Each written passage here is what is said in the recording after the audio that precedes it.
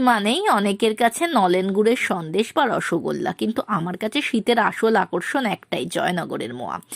নলেন গুড়ের মিষ্টির সুবাসে মোড়া এক টুকরো মোয়া যেন বাংলার শীতেরই স্বাদ।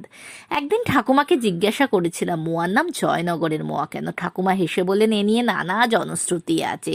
সবচেয়ে প্রচলিত কাহিনী অনুযায়ী জয়নগরের পাশে বহুরু গ্রামের যামিনী খুড়ো শীতকালে কনকচুর ধানের খই আর টাটকা নলেন গুড় মিশিয়ে প্রথম এই মিষ্টি তৈরি করেন।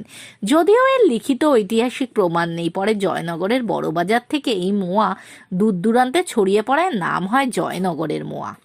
আমি বললাম, এত বিখ্যাত কেন? ঠাকুমা বললেন, এর প্রাণ লুকিয়ে আছে কনকচুর ধানের সুগন্ধি খই আর খাঁটি নলেন গুড়ের মধ্যে। অল্প গরম গুড়ের সঙ্গে খই মিশিয়ে এলাচের গুঁড়ো নিয়ে হাতে সামান্য ঘি মেখে গোল গোল করে মোয়া বানানো হয়। অনেকেই খোয়া ক্ষীর, কাজু, কিশমিশ বা পেস্তা দিয়েও সাজায়। তিনি আরও বললেন, আসল জয়নগরের মোয়া শীতকালে মূলত দক্ষিণ 24 পরগনার জয়নগর, মজিলপুর ও আশেপাশের এলাকাতেই পাওয়া যায়। এরপর মনে পড়ল হরি কাকার কথা।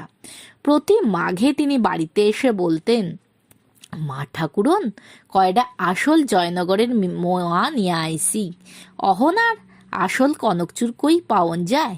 আর ঠাকুমা নেই, হরি কাকাও নেই, কিন্তু শীতের দুপুরে মোয়ার গন্ধ পেলেই মনে হয় কিছু স্বাদ শুধু জিভেই নয়, মনেও চিরকাল বেঁচে থাকে।